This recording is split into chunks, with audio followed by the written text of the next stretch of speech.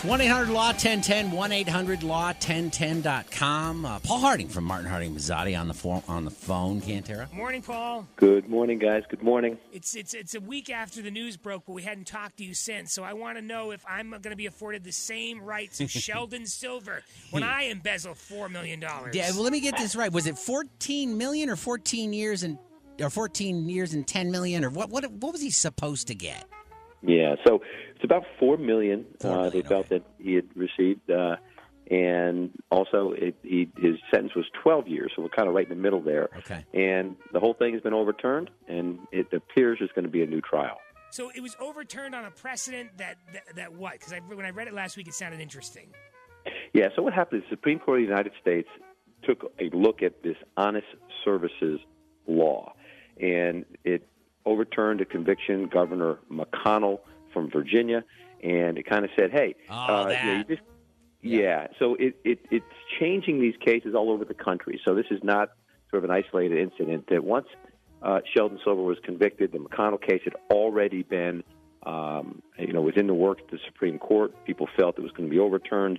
So it really said, look, this statute is far too broad. It says that not only is it going to be formal government action you take to get some compensation, but it also was really, and I really felt the law really was unfair. It kind of said that there could be. So you agree with the Supreme Court ruling then?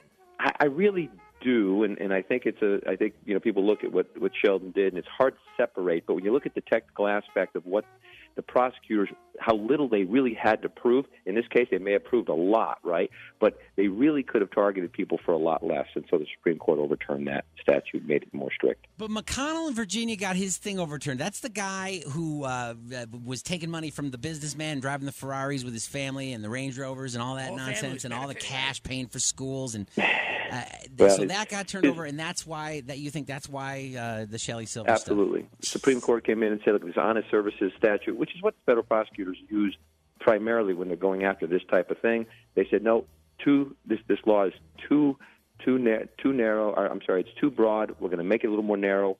And so in Shelley Silver's jury instructions, not only did they talk about formal government actions that he took to benefit someone and then received compensation, that they also said that his other actions, which really weren't formal government actions, and so they said a reasonable jury could get confused, and maybe they convicted him on these other things that were not formal government actions. Little technical.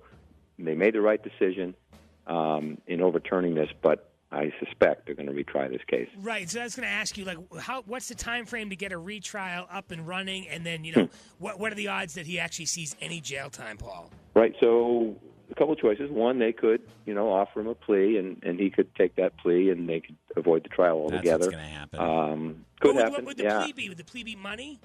No, the plea would be some jail, but it might not be in a federal, one of what we call these federal playgrounds, so to speak. Not that I ever want to attend one, but there's there's sort of less of a harsh time served, I guess, and that could be a limited time. Or they're going to retry the case. They say they're going to retry the case, and they're going to make the trial a little bit shorter, a little bit tighter, and not go so far into everything. Just kind of hammer the points that they think would get a conviction. With your knowledge of the law, Paul, and you look at this story, legally, is this all on the up and up, you think? Is this all? It sure is. Okay, No. all right, there you go. When I read it, it made perfect sense. Yeah. Yeah, they had to do it. I mean, from my standpoint, it's an easy one to say, oh, he's got buddies who helped him out. But Paul says he can trace it all the way back to the Supreme Court. That's why they're lawyers, and that's why they're DJs. Yeah. 1-800-LAW-1010, 1-800-LAW-1010.com. Paul Harding, our pal from Martin Harding Mazzotti. Thanks, buddy. Thanks, Paul. Okay, guys. Buddy.